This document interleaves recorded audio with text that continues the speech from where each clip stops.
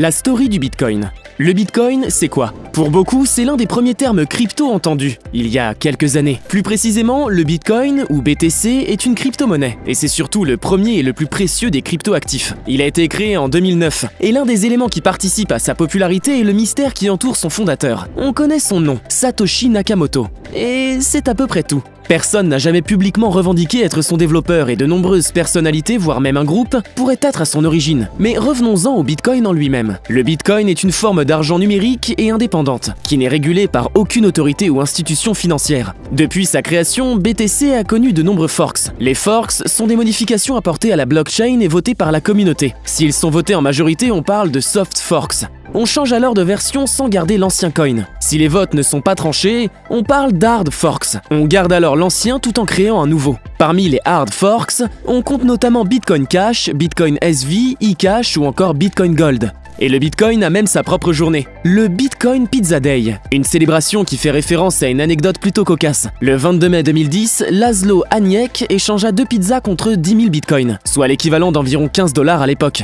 mais plus de 500 millions de dollars à présent. Une addition salée qui demeure un acte important. C'était la toute première fois qu'un achat dans la vie réelle était réalisé avec une monnaie numérique. Aujourd'hui encore, les adeptes du Bitcoin célèbrent le 22 mai avec une bonne pizza. À l'heure où Ethereum est en train de se positionner avec The Merge pour un passage du Proof of Work au Proof of Stake, avec à la clé une réduction drastique de sa consommation en énergie, Bitcoin n'a communiqué aucune intention sur cet enjeu. Il demeure donc jusqu'à nouvel ordre sur Proof of Work, tout en continuant de consommer énormément avec ses fameuses mining farms. Alors Ethereum va-t-il finir par doubler Bitcoin grâce à son changement à la base de sa blockchain? On vous tiendra au courant. En attendant, découvrez Versity, le premier métaverse français qui relie virtuel et réel. Pour acheter des biens immobiliers, les visiter et les rénover ou encore participer à des événements. Rendez-vous sur www.versity.io.